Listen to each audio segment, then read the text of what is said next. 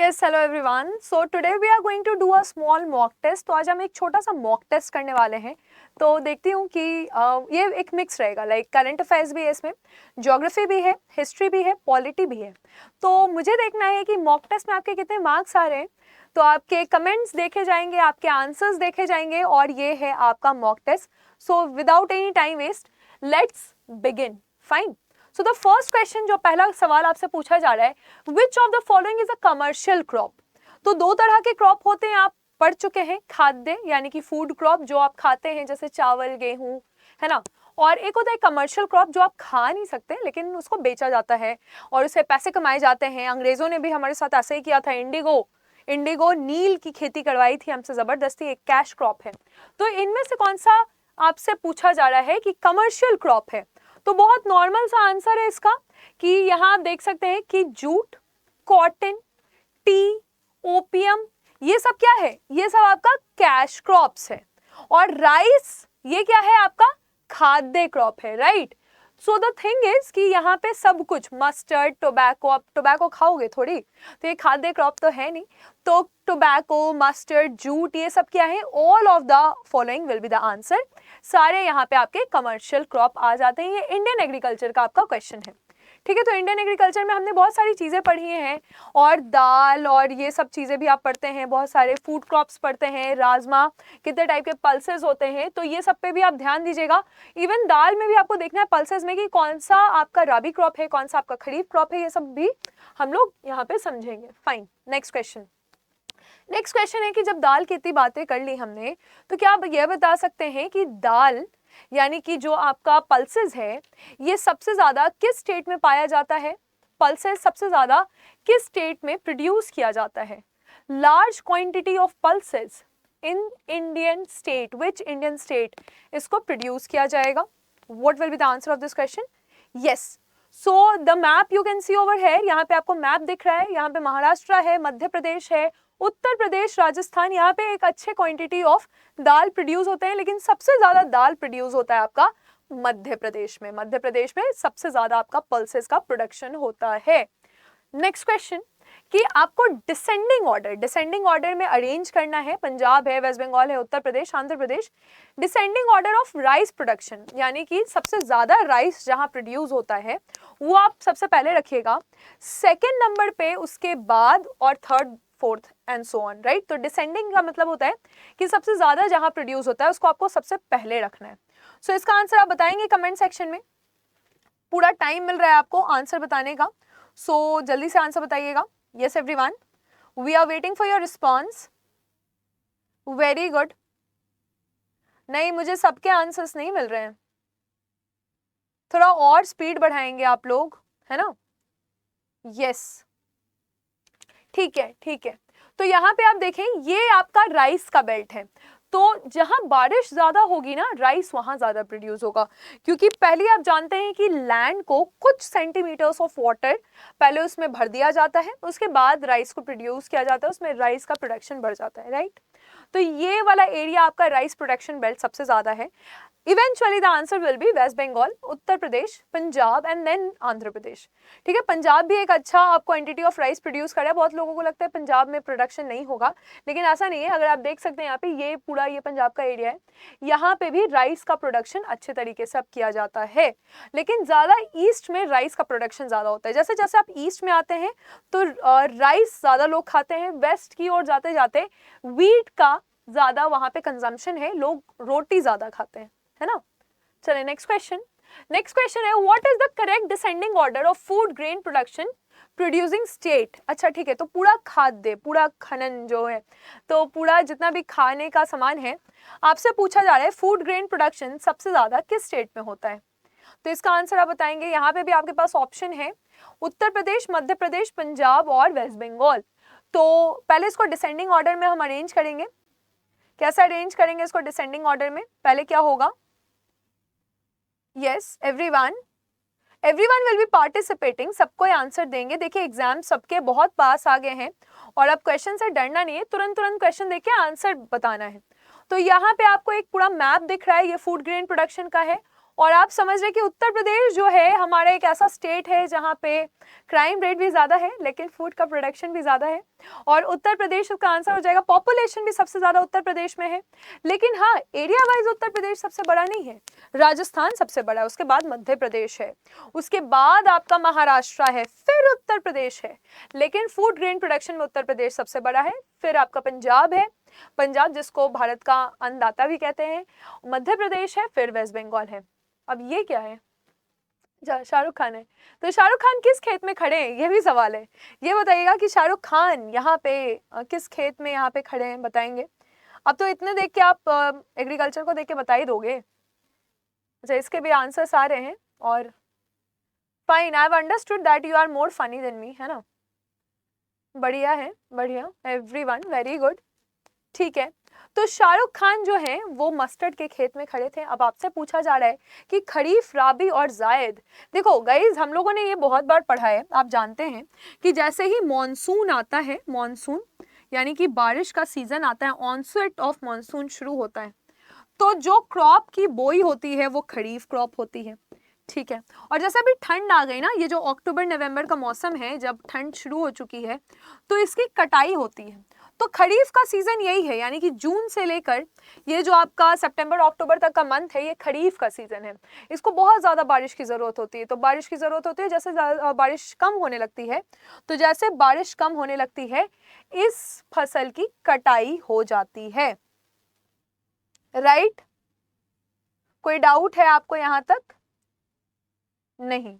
तो अब आप बताएंगे, यहाँ पे जो आपको क्वेश्चन दिख रहा है, यहाँ पे जो आपको क्वेश्चन दिख रहा है कि राबी क्रॉप्स कौन से हैं। तो राबी क्रॉप क्या होता है? जब खरीफ की यहाँ पे बुआई और कटाई की बात हो रही है, तो अक्टूबर नवंबर में बुआई यानी कि सोन, सीड सोन किया जाता है किसका? राबी क्रॉप्स का। और उसके बाद क्या होता है कि अप्रैल के मंथ में आपका हार्वेस्टिंग किया जाता है, राबी क्रॉप का हार्वेस्ट किया जाता है। फाइन, तो ये राबी क्रॉप है, अक्टूबर नवंबर का ये टाइम है।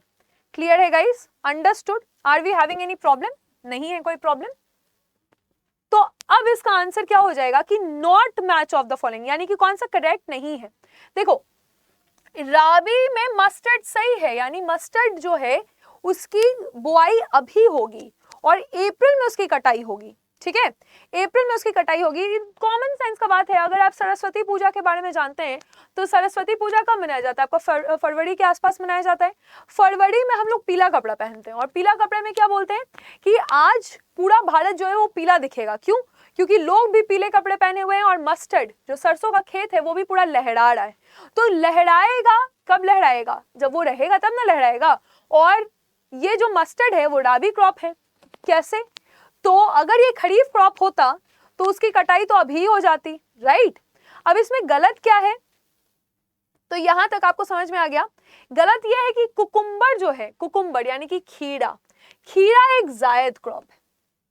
तो अब जायद क्रॉप क्या होता है? तो मैम आपने समझाया कि राइस जो है सबसे अच्छा खरीफ क्रॉप है। खरीफ क्रॉप की आप बुआई करते हैं कब? तो ये आप जून में करते हैं, और कटाई कब होती है? तो सितंबर अक्टूबर में होती है, ठीक है। सितंबर अक्टूबर में आप बुआई करते हैं किस क्रॉप की? तो आप राबी क्रॉप की बुआई करते हैं, ठीक है। सबसे अच्छा एग्जांपल राबी क्रॉप का ये आड़ है, क्या है? तो ये वीट है। और राबी क्रॉप की जो आप बुआई करते हैं तो कटाई कब करते हैं? आप अप्रैल के मंथ में करते हैं। Fine, very good, understood. तो फिर क्या होता है कि अप्रैल से लेकर जून के बीच में जब बहुत गर्मी होती है तो हम पानी वाले फल खाना चाहते हैं, और पानी वाले फल का सबसे अच्छा एग्जाम्पल क्या है? खीरा हो गया या ककड़ी हो गया। तो ये सब सारी चीजें जो हैं वो जायद क्रॉप के अंदर आती हैं, है ना। चले, बढ़िया। नेक्स्ट क्वेश्चन आपके सामने है कि विच इज नॉट करेक्ट। तो इंडिया क्या सेकंड लार्जेस्ट प्रोड्यूसर है फ्रूट का वर्ल्ड में? क्या इंडिया सबसे बड़ा प्रोड्यूसर है वेजिटेबल का? तो यहाँ पे आप देख लीजिएगा कि अगर वेजिटेबल की बात की जाए तो सबसे ज्यादा प्रोडक्शन जो है वो चाइना करता है। पूरे दुनिया में सबसे ज्यादा वेजिटेबल का प्रोडक्शन चाइना करता है, और सेकंड में इंडिया करता है। तो ये गलत स्टेटमेंट है कि इंडिया सबसे बड़ा वेजिटेबल का प्रोडक्शन नहीं करता है, ये चाइना करता है। Fine. Which agency is responsible for procurement, distribution and storage of food grain? तो ये बताइएगा कि कौन सा ऐसा एजेंसी है जो कि प्रोक्योर करता है। प्रोक्योर का मतलब होता है कि खरीदता है, ठीक है। उसके बाद डिस्ट्रीब्यूट करता है और स्टोर करता है। अच्छा एक बात बताइए, हमारे देश में कभी कभी अकाल पड़ जाता है ना, कभी अकाल पड़ जाता है, कभी कुछ ना कुछ होते ही रहता है। तो जब ऐसा कुछ होता है तो आपको क्या समझ में आता है कि या फिर कभी महंगाई बहुत बढ़ जाती है, तो जनता उस समय बहुत खाद्य पदार्थों को डिस्ट्रीब्यूट करती है, लोगों में बांटती है। तो वो कहाँ से आते हैं वो खाद्य पदार्थ? हाँ, तो यही आपका फूड कॉर्पोरेशन ऑफ इंडिया है। जो आप एफसीआई के बारे में पढ़ते हैं ना, तो एफसीआई क्या करता है? प्रोक्योर करने का मतलब है जो फार्मर हैं, जैसे कि मान लीजिए कोई फार्मर है, उनको अच्छा दाम नहीं मिल रहा है मार्केट में, तो वो एफसीआई के पास आकर अपने सामान को बेच देंगे। तो प्रोक्योर मतलब कि खरीदना, तो एफसीआई क्या करेगी? उसको खरीद लेगी। ठीक है, तो सबसे पहला काम इसका क्या होता है? प्रोक्योर करना होता है। फाइन, ये आप समझ चुके हैं। उसके बाद ये क्या करती है? डिस्ट्रीब्यूट कर देती है, मतलब एक तो स्टोर करती है और डिस्ट्रीब्यूट करती है। जो जनता को, अगर इनको लगता है कि किसी को जरूरत है, तो उन तक ये सामान को ये पहुंचाती है और स्टोर करके भी रखती है कि अगर कोई जैसे सुनामी, आंधी तूफान, कुछ भी प्रॉब्लम आ गया तो जनता तक ये सामान, जो खाने का सामान है, वो पहुंचा सके। क्लियर है गाइस? कोई डाउट नहीं है यहाँ तक? एफसीआई के बारे में जान लीजिए कि ये 1965 में ये बॉडी बनी थी एक एक्ट के तहत, फूड कॉर्पोरेशन ऑफ इंडिया। चले नेक्स्ट क्वेश्चन। नेक्स्ट क्वेश्चन है, देखिए अब करंट अफेयर्स का क्वेश्चन है, सितंबर महीने का है, रोज हम लोग करंट अफेयर्स पढ़ रहे हैं, आपको आंसर पता होना चाहिए कि इंडिया से जो भी इंडियन फॉरेन सर्विस को क्वालिफाई करते हैं, इंडियन फॉरेन ऑफिसर बनते हैं, तो उनको भेजा जाता है हर एक देश में, और वो क्या करते हैं? भारत को रिप्रेजेंट करते हैं वहां पे। तो जब उनको भेजा जाता है, जब वो भारत को रिप्रेजेंट कर रहे हैं, तो आपसे पूछा जा रहा है कि जापान में किसको भेजा गया है? किनको जापान में भेजा गया है? तो इसका आंसर आप बताएंगे कमेंट सेक्शन में गाइस।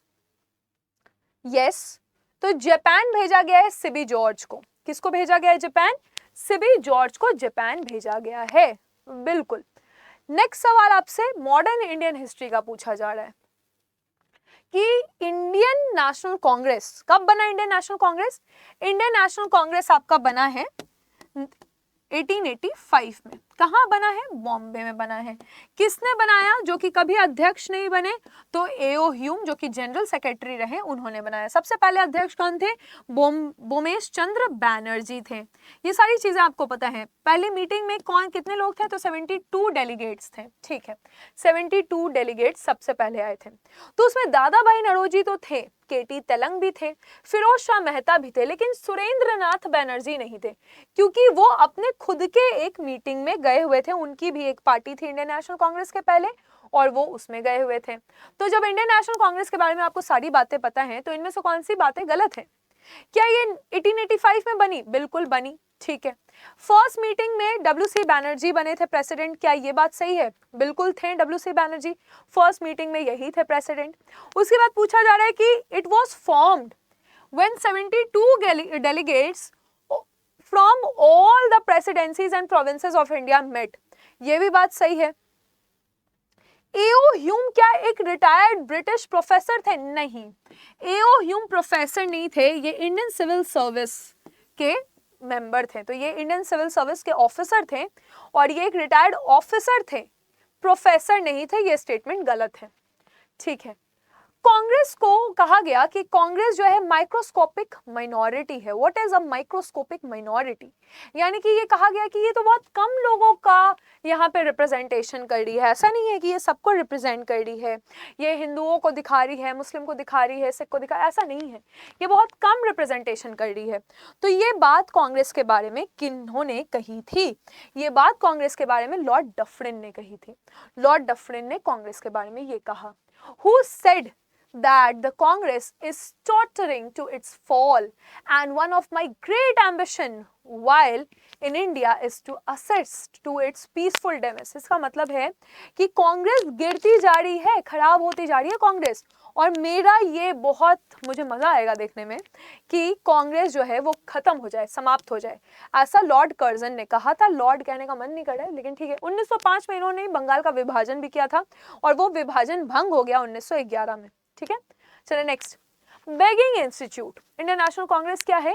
एक बेगिंग इंस्टीट्यूट है, ये सिर्फ भीख मांगने के लिए इसको बनाया गया है, ऐसा अरबिंदो घोष ने कहा। फिर आप एक और बात जान लीजिएगा कि कुछ लोग कांग्रेस में गरम दल के थे, कुछ लोग कांग्रेस में नरम दल के थे। तो जैसे आप केटी तेलंग सुन रहे हैं, दादा भाई नरोजी सुन रहे हैं, गोपाल कृष्ण गोखले सुन रहे हैं, है ना, तो ये लोग कौन है? ये लोग नरम दल के हैं और इनको हम लोग मॉडरेट्स कहते हैं। और जो लोग गरम दल के हैं वो हो गए आपके तिलक हो गए, लाल बाल पाल, जिनको आप कहते हैं लाल बाल पाल, ये लोग आपके गरम दल के हैं, अरबिंदो घोष, राइट। तो इनको हम लोग अंग्रेजी में एक्सट्रीमिस्ट कहते हैं। और इन दोनों का विभाजन किस साल हुआ था? तो कांग्रेस दो भाग में बट गई थी 1907 के सूरत अधिवेशन में, सूरत कॉन्फ्रेंस में, राइट। तो इंडियन नेशनल कांग्रेस का हर साल सेशन होता था, तो 1907 में सूरत के सेशन में ये डिवाइड हो गई थी।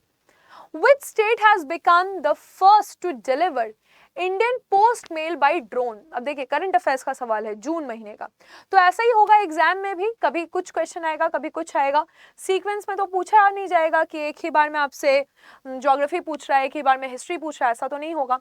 इसी तरह से मिक्स मॉक टेस्ट बनाने का आपको आदत डालना होगा। तो ये है गुजरात, गुजरात में ड्रोन के थ्रू यहाँ पे मेल की डिलीवरी करवाई जाएगी। सुपर कंप्यूटर परम अनंता, सुपर कंप्यूटर परम अनंता किस आईआईटी में कमीशन किया गया है? तो सुपर कंप्यूटर परम अनंता ये आईआईटी गांधीनगर में डाला गया है, ठीक है। फिर आप देखें कि आपसे पूछा जा रहा है कि जो इंटरनेशनल आपका हॉकी का रैंकिंग है उसमें मेन, जो भारत का मेन टीम है, एक मेन टीम है एक वुमेन टीम है, तो मेन टीम को किस में डाला गया है? क्या उनका रैंक है? 4th रैंक है मेन टीम का। दुनिया के सबसे ज्यादा हाईएस्ट पेड सीईओ कौन है? अकॉर्डिंग टू फॉर्च्यून 500 जो सबसे ज्यादा पेड सीईओ हैं, इनका नाम क्या है? तो ये है आपके एलॉन मस्क, टेस्ला इनका कंपनी है, स्पेस एक्स भी कंपनी है, पता होगा आपको। Which state government will launch a single pick cotton pilot project? तो कौन सा स्टेट गवर्नमेंट है जो कि कॉटन पे काम करेगा? ठीक है, कॉटन को उगाने का, तो ये तेलंगाना है। ये पायलट प्रोजेक्ट कॉटन के लिए तेलंगाना ने अभी स्टार्ट किया है। प्रेसिडेंट रामनाथ कोविंद, तो उस समय जब ये थे प्रेसिडेंट रामनाथ कोविंद, इसके पहले, तो रामनाथ कोविंद जी ने आरोग्य मंथन प्रोग्राम कहाँ से लॉन्च किया? आरोग्य मंथन प्रोग्राम इन्होंने लॉन्च कहाँ से किया है? बिल्कुल करंट अफेयर्स में। देखिए करंट अफेयर्स अगर आपको अच्छा करना है ना, तो उसका एकमात्र हम आपको तरीका बता रहे हैं कि 8 बजे से लेकर 9 बजे तक अगर आप इस चैनल पे एक सेशन देख लेते हैं मेरे द्वारा जो कि करंट अफेयर्स का होता है, तो आपको इसके अलावा करंट अफेयर्स, चाहे आप कोई भी एग्जाम दे रहे हो, CISF हो, SSC JE हो और SSC JD हो, कोई भी एग्जाम दे रहे हो, आपको इसके अलावा करंट अफेयर्स कहीं और से नहीं आएगा, इतना हम आपको गारंटी के साथ बोल रहे हैं, ठीक है। हाँ, तो ये सब हम लोग पढ़ चुके हैं, आरोग्य मंथन भोपाल का है। आयु एक वेलनेस ऐप है, ये हेल्थ वेलनेस ऐप है। ये कहाँ पे है? तो ये आपका कर्नाटका का है। जिरकॉन एक हाइपरसोनिक मिसाइल है, नाम से ही सोच लो जिरकॉन किसका होगा? तो रशिया का है, बिल्कुल। उसके बाद आप देख सकते हैं यहाँ पे कि India's first para badminton academy to set up. तो देखिए ये दिव्यांग लोगों के लिए ये लखनऊ में सेटअप किया जाएगा बैडमिंटन खेलने के लिए, ठीक है। उसके बाद है डिस्ट्रिक्ट गुड गवर्नेंस इंडेक्स, तो ये 20 डिस्ट्रिक्ट में लॉन्च किया जाएगा। डिस्ट्रिक्ट गुड गवर्नेंस ये जम्मू कश्मीर में लॉन्च किया जाएगा। जेडी हेमलेट एक मिल्क विलेज है, जम्मू कश्मीर में है ये भी, ठीक है। ट्रांसजेंडर सारा गिल सबसे पहले ये बनी डॉक्टर, ये पाकिस्तान की है।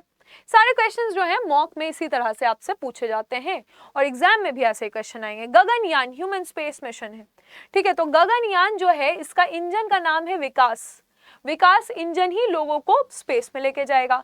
लेजेंड ऑफ बिरसा मुंडा पे किताब किसने लिखी है? तो लेजेंड ऑफ बिरसा मुंडा इन पर किताब मतलब किताब लिखी गई है, तुहीन ए सिन्हा ने इन पर किताब लिखी है। तो इस तरह से सवाल आपसे पूछे जाते हैं। एक ये सवाल भी आपके सामने है, इसका आंसर आप बताइएगा कि सुभाष चंद्र बोस जी के नाम पे डिजास्टर मैनेजमेंट का एक पुरस्कार दिया जाता है, आपदा प्रबंधन का पुरस्कार दिया जाता है। अब ये पुरस्कार जो है उसके लिए किसको सिलेक्ट किया गया है? तो ये सिलेक्ट किया गया है विनोद शर्मा जी को।